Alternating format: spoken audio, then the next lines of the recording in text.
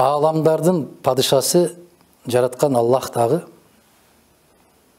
бүтүндөй пайгамбарларды жибергенде тили менен жиберген.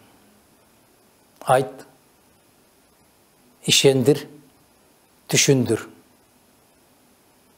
Кылыч менен жиберген эмес. Найза менен жиберген эмес.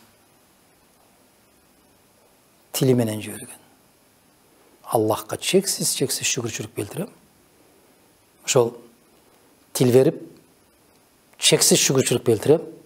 Тилди кыймылга келтирген акыл берип, ошол акылды туура жолго салып койгон жүрөк берип, мына ошол жүрөктү көрүнгөн жерден коркуп, титиреп жүрбөй, эр жүрөк кылып жаратып койгон үчүн чексиз шүгүрчүлүк келтирем. Рахмат айтам Аллахка.